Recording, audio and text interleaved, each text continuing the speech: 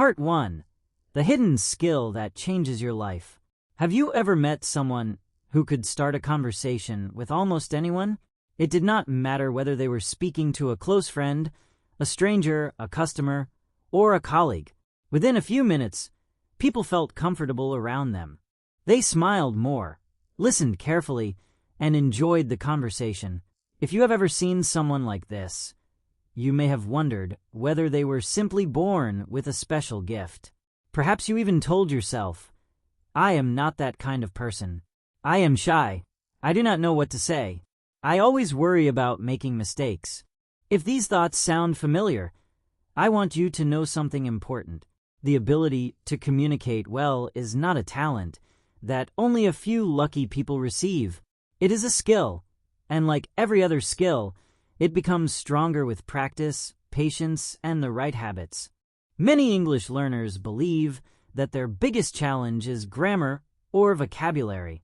They spend hours memorizing new words, reading grammar books, and watching lessons online. These things are certainly helpful, but they are only part of the journey. The real challenge often begins when it is time to speak with another person. Suddenly, the words disappear. The mind becomes busy with questions. What if I say something wrong? What if the other person does not understand me? These thoughts create fear, and fear makes speaking feel much more difficult than it really is. The good news is that confidence does not appear before you speak. Confidence grows because you speak. Every conversation, even a short one, teaches you something valuable. Communication is much more than speaking beautiful English. It is the art of sharing ideas, understanding other people, and building meaningful connections. Imagine two people with exactly the same level of English. One person tries to use long, complicated sentences because they want to sound impressive. The other person speaks slowly, uses simple words, smiles naturally, and listens carefully before answering. Most people will enjoy talking to the second person because communication is not a competition. It is an exchange of thoughts, feelings, and experiences. People usually remember how you made them feel, not whether every sentence was grammatically perfect. One of the biggest misunderstandings about communication is the belief that great communicators always know exactly what to say. In reality, they do not. They simply pay attention to the person in front of them. Instead of worrying about sounding intelligent, they become curious. They want to learn about the other person's ideas, experiences, and opinions. This small change in focus makes an enormous difference. When you stop thinking only about yourself and begin showing genuine interest in someone else, conversations become more natural. You no longer feel that every sentence must be perfect, because the conversation is no longer about proving yourself. It becomes about connecting with another human being. Think back to a conversation that made you feel comfortable. Perhaps someone greeted you with a warm smile, listened without interrupting, and asked simple questions that allowed you to speak freely. Maybe they nodded while you were talking and looked interested in your story. You probably left that conversation with a positive feeling. Now ask yourself another question. Did that person use extremely advanced English? In many cases, the answer is no. They simply knew how to make another person feel respected and heard. This is one of the greatest secrets of communication, and it is something every English learner can practice every day. Many people believe they need to wait until they become fluent before starting conversations. Unfortunately, this way of thinking creates a trap. If you wait until you feel completely ready, you may wait for years. The truth is that fluency grows through conversations, not before them. Imagine learning to swim by reading books, but never entering the water. You might understand every rule, but the real learning only begins when you start swimming. Speaking English follows the same pattern. Every conversation is practice, and every practice session builds confidence for the next one. Another important idea is that people usually pay much less attention to your mistakes than you imagine. When you are speaking English, you may notice every small grammar error or pronunciation mistake. Meanwhile, the other person is simply trying to understand your message. Most kind people appreciate your effort because they know that learning another language requires courage. In fact, many conversations continue successfully even when both speakers make small mistakes. Communication is about understanding each other, not about achieving perfection. Let us imagine a simple situation. You enter a small coffee shop for the first time. You want to order a drink, but you also want to practice your English. Instead of worrying about creating the perfect sentence, you smile and say, "Good morning. I would like a cup of coffee, please." The person behind the counter smiles and asks, "Would you like sugar?" You answer, "Yes, just a little, thank you." This conversation lasts less than 1 minute, but it is much more valuable than silently repeating vocabulary words in your room. Real conversations train your brain to think, listen, and respond naturally. Little by little, these small moments become the foundation of confident communication. There is another habit that separates confident communicators from nervous ones. Confident people accept that occasional silence is completely normal. Many learners become uncomfortable when there is a pause in the conversation. They immediately feel pressure to speak, even when they have nothing meaningful to say. Experienced communicators understand that silence is not the enemy. A short pause gives both people time to think. It allows ideas to develop naturally. Instead of rushing to fill every quiet moment with words, they stay relaxed and continue the conversation when they are ready. This simple habit makes them appear calm and confident. Listening is another skill that many people underestimate.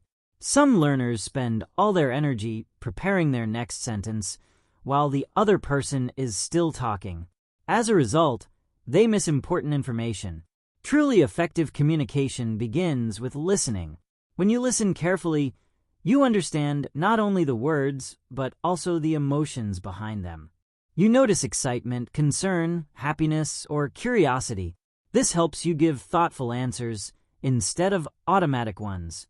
In many ways, becoming a better listener is one of the fastest ways to become a better speaker, because good conversations are always built by two people working together. Imagine that a friend tells you about a wonderful trip they recently enjoyed. Instead of immediately talking about your own vacation, you might ask, "What was your favorite place?" Or, "What did you enjoy the most?" These simple questions show genuine interest, and they encourage the other person to continue speaking. At the same time, you are giving yourself more opportunities to hear natural English, learn new expressions, and understand how conversations develop. Communication becomes easier when you remember that asking thoughtful questions is often more important than giving impressive answers. One reason many people enjoy talking to certain individuals is because they feel accepted. Nobody likes speaking with someone who constantly interrupts, judges, or tries to prove they are smarter than everyone else. Kindness creates comfort, and comfort creates better conversations. This does not mean you must agree with every opinion. It simply means you respect the other person's right to express their thoughts. Respect builds trust, and trust allows conversations to become deeper and more meaningful over time. As you continue your English learning journey, remember that your voice deserves to be heard. You do not need a perfect accent before sharing your ideas. You do not need perfect grammar before asking a question. Every fluent speaker was once a beginner who felt uncertain.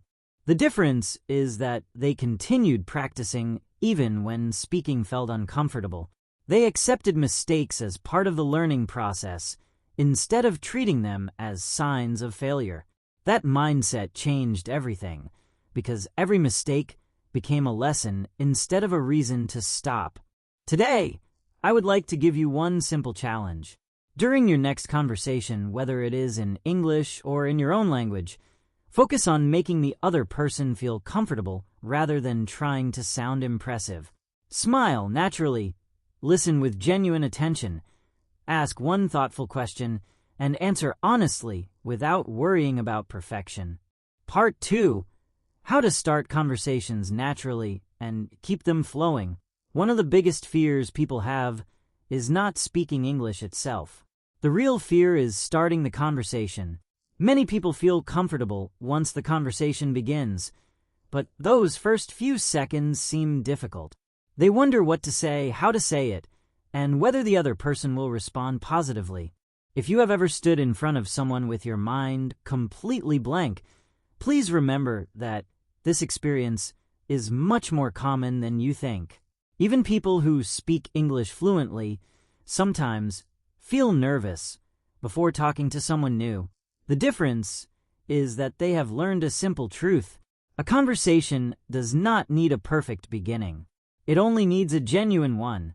When you meet someone for the first time, you do not need to impress them with clever words or interesting stories. In fact, the simplest conversations are often the most enjoyable because they feel natural. A warm smile, a friendly greeting, and a relaxed attitude create a positive first impression long before you say anything important. You might begin with a simple sentence like, "Hello, how has your day been so far?" Or, "It's a beautiful day today, isn't it?" These sentences may seem ordinary, but they serve an important purpose. They open the door to communication. Once the other person responds, the conversation begins to develop naturally, and you no longer have to carry all the pressure alone. Many English learners make the mistake of preparing long speeches in their minds before speaking. They try to predict every possible question and create perfect answers. Unfortunately, real conversations rarely follow a script. They move in unexpected directions because every person has different thoughts, experiences, and emotions. Instead of memorizing complete conversations, it is much more useful to learn how to respond naturally. This happens when you listen carefully and react to what the other person is actually saying instead of worrying about what you plan to say next. Communication becomes much easier when you stop trying to control every moment and allow the conversation to grow naturally. Curiosity is one of the greatest communication skills you can develop. People generally enjoy talking about experiences that are meaningful to them, especially when they feel that someone is sincerely interested.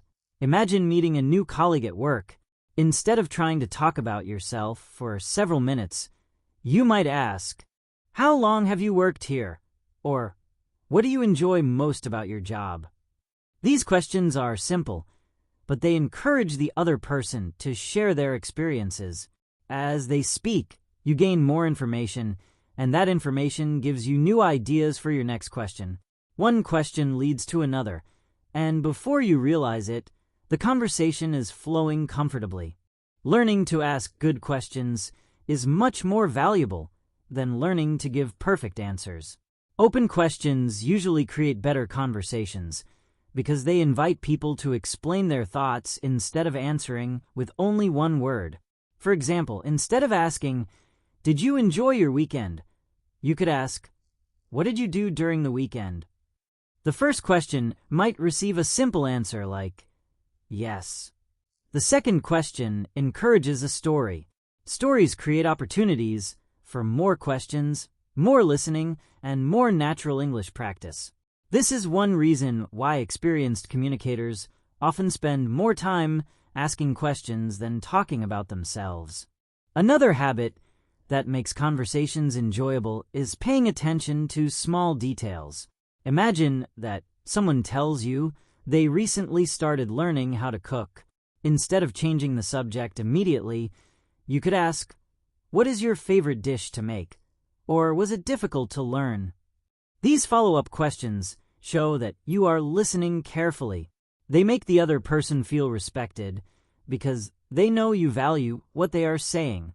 Good communication is not about speaking continuously. It is about making the other person feel that their words matter. Many learners also worry about running out of things to say.